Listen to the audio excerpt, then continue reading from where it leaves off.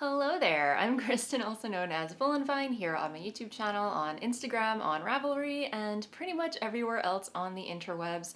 And as always, I'm so happy that you're taking some time out of your day to chat about all the knitting, all the sewing, all the making, or whatever crafty rabbit hole I happen to be diving down this week. And this week, my friends, I am trying something just a little bit different with the podcast. I don't know if you noticed something different about my setup, but we're trying a different angle this week, and I think I'm actually really liking it. I don't know, what do you guys think? I feel like you get to see a little bit more of my craft room from this angle, so we're gonna try it. We're gonna see how it works. But wait, my friends, that is not all I intend to switch up on this YouTube channel. I am actually going to switch up the format just a smidge. Normally when I put out an episode, I talk about what I'm knitting, what I'm sewing, what I'm making, what I'm into, generally the whole kitchen sink, which, I'm not gonna lie, takes a bit of time to edit. I know there are some of you who are just here for the knitting, just here for the sewing, and then there are some of you who are here for all of it, which I greatly appreciate.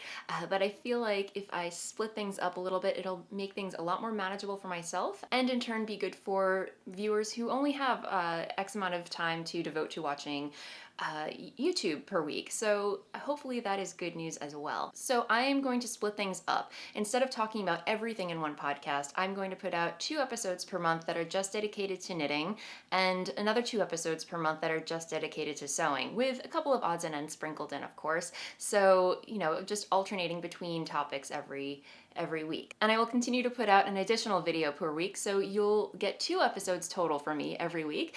And I will say that would not be possible without the support of my patrons over on patreon.com. So thank you so much for your support. You guys are amazing, because again, I want this YouTube channel to be the best that it can be and continually improve the content and make it entertaining, exciting, and educational for you guys. So yeah, I'm excited to see where it goes. So anyway, thank you muchly, and yeah, so let's get on with the episode.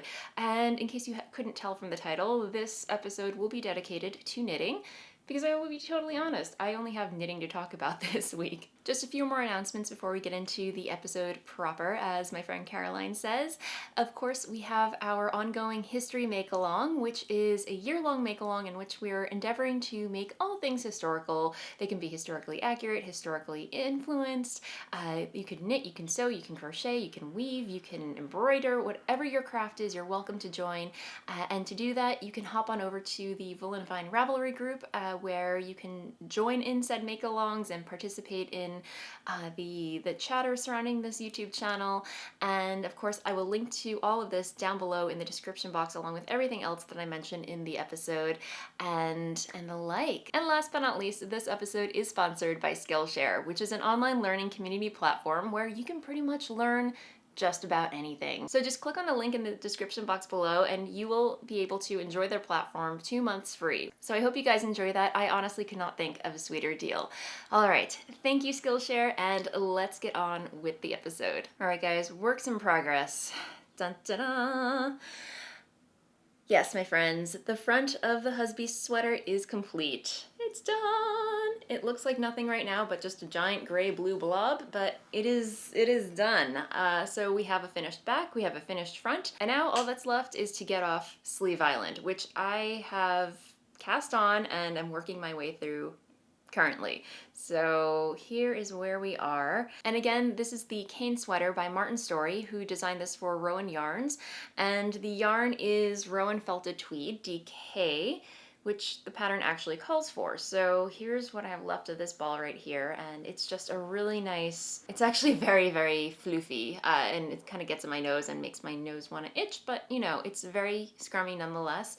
It's a wool alpaca polyamide blend, so really nice, really durable. It's gonna be super warm with that alpaca content in there. And yeah, so again, this pattern is knit in pieces, so it's knit from the bottom up in pieces. So once I have all the pieces knit, I'll have to block them and then graft them all together, which I have not done in a very long time. Come to think of it, I don't think I've ever done that. So here's to learning new things. And I'm knitting these on a US 2, which I believe is a 2.75 millimeter needle. And then once I'm done with the ribbing, I'll go up to a US size 4, which I have no clue what that is in millimeters. As I mentioned last week, the goal is to have this done by Dennis's birthday, which is on July 2nd. I know last week I said June 2nd. which is just proof that I have no idea what day, time, or week it is. Everything just kind of bleeds together. So I mix up the months now that this is a new thing. Who knows? But yes, his birthday is on July 2nd, and hopefully I will have this done in time for that so we can wear this when the weather is 80, 90 degrees Fahrenheit. Great timing, Kristen. Great timing. Moving along to my next work in progress, we have the Nurtured Sweater by Andrea Mowry. And it probably doesn't look any different than it did the last time I showed it to you, even though I've been knitting on it quite often this past week. I will be totally honest, the pattern, as simple as it is a pain in the butt. It's a simple slip stitch pattern where I keep forgetting to slip where I need to slip and purl where I need to purl. So it turns out I had so many mistakes. Sometimes I'll fudge it and I'll knit two stitches together to compensate for the lack of staggering where I messed up. But it came to a point where I realized I made one too many mistakes, so I just ripped back like about a whole inch or 2 inches and started again. So here we are. This is the body. Again, it's another sweater knit from the bottom up. And thankfully it's a crop sweater, so I don't have to knit too much further. I think the pattern says to knit about 8 inches from the cast on edge, so you know, not too much far to go. Anyway, this is where I am with the body. I already have the 2 sleeves knit. Once I have the body finished, I can join the sleeves and then continue knitting in the round with some raglan shaping. So otherwise, aside from, you know, forgetting to slip where I need to slip and purl where I need to purl, this is a very simple, intuitive pattern. Again, if you are knitting this, or if you are planning to knit this, I do recommend, you know, stopping occasionally on those pattern rounds, I should say, and making sure that, you know, your stitches are staggered or lined up correctly and the like, to prevent having to rip all the way back again. And before I forget, the yarn is Gilliette, which is 100% wool. And as I say every week, I love this yarn so much and want to knit so many more things with it. Again, it's a nice contender. As I mentioned, I'm not too keen on using Brooklyn tweed. For me personally, when I work with Brooklyn tweed yarn, it's very lofty, very floofy, and very delicate. It must be because of my gauge. So again, your mileage may vary. That's just my personal opinion about Brooklyn tweed. I do love their patterns, but I will say that their yarns just never work out for me. And this is a nice alternative, I feel like. It has that same loftiness, that same squidginess, but at the same time, it's very durable and doesn't poof apart in my hands while I'm working with it. You get quite a lot of yardage in one ball of these. It's like the skein that never ends. So far I've knit 2 sleeves and about half the body, and so far I've only needed 2 skeins of this. So, you know, you definitely get a good bang for your buck with this. So yeah, highly recommend it. But yeah, that is my Nurtured Sweater by Andrea Mowry. Next up, I have not made any progress on this. I just kind of let it fall to the wayside a little bit, but I did want to give you kind of like a status update on it. And I'm talking about my Pebble Beach Shawl, a pattern by Helen Stewart. And I did cast this on just kind of like as a little SOS cast on, like when my grandmother passed away, just something to knit on to remember her by. And I do wanna sit down and put another dent in this because yeah, it's a special project for me, and I feel bad that I've let it languish a little bit. But again, priorities. Dennis's sweater needs to get done. I need that off the needles. I just don't want that looming over my head anymore. I want to give the guy his sweater. So unfortunately I let this fall to the wayside a little bit, but I do plan on putting a little dent in it, hopefully over the weekend. But yeah, the yarn that I'm using is by Once Upon a Corgi in her rose gold colorway, and I'm actually going to fade it.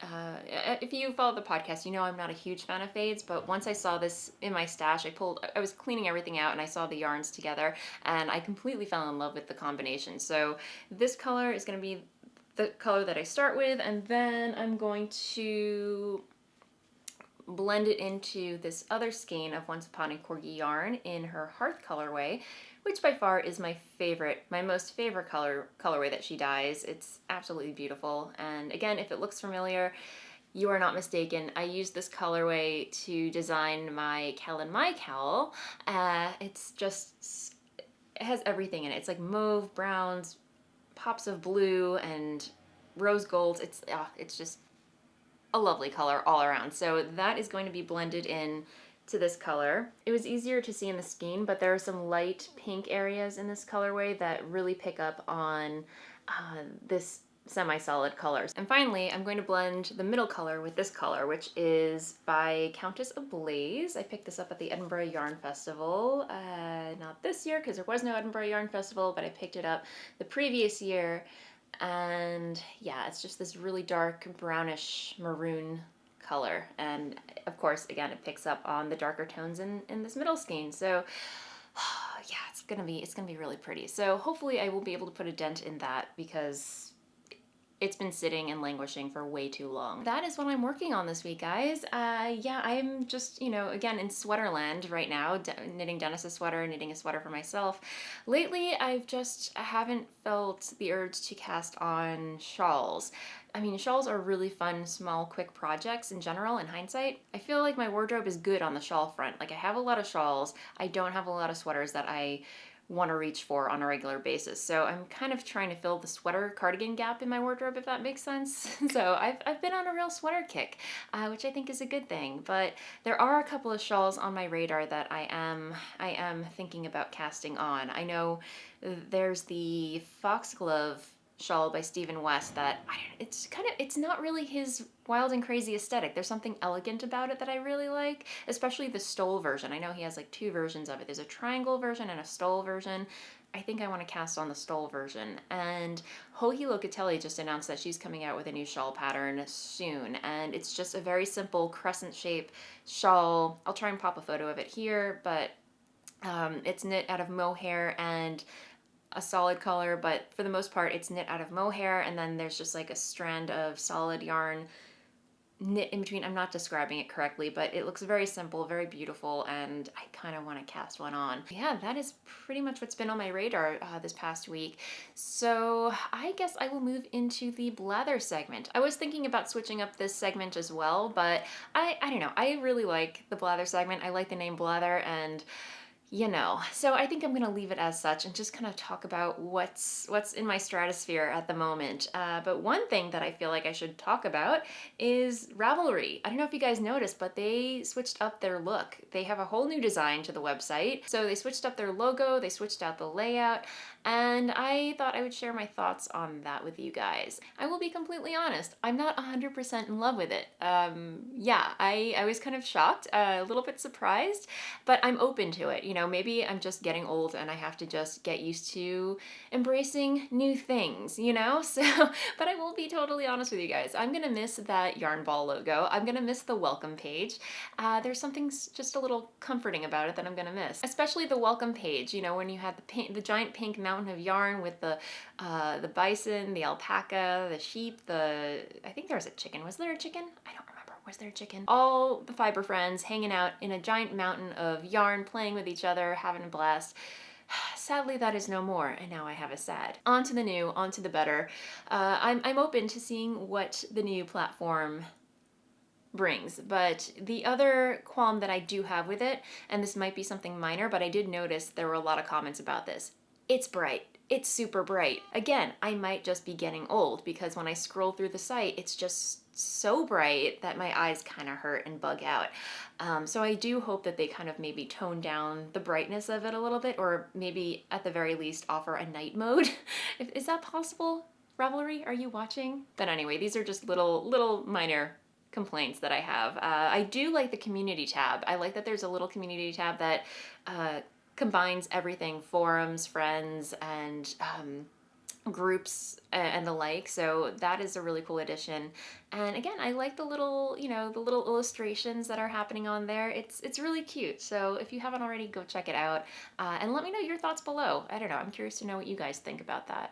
As far as other things that are going on, one thing that I started doing for myself every morning, just as a way to kind of get a start on my day, are morning pages. I'm not sure if you're familiar with Julia Cameron's book, The Artist's Way. I forget when it was published. I read it a long time ago, but she has one exercise where she recommends doing morning pages, where you just write a random stream of consciousness, or whatever you feel like writing about, whatever comes to mind. Don't even stop, don't even think, just put it all on paper, get it out of your head for pages straight. And she recommends doing this by just using a plain simple notebook and writing everything out by hand. And that's what I've started doing for since the beginning of the week, and I've just been really enjoying it.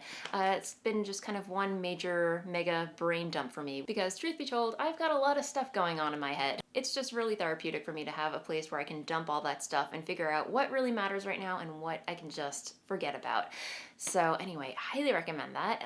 If you are into journaling or looking for a new way to journal, I have definitely been struggling with finding a journaling method that is right for me. I constantly fluctuate, so even if I don't stick with it, right now it's something that's serving me very well right now. Alright guys, I think I'm gonna end things there. Thank you as always for hanging out with me this week. If you enjoyed this video and haven't already, please feel free to like and subscribe down below. I put out 2 videos for your viewing pleasure every week, and if you'd like to support my channel, head on over to Patreon, where I share bonus content and a lot of other fun stuff and the like. But until the next video, happy knitting, happy sewing, happy making, and I'll see you next time. Bye!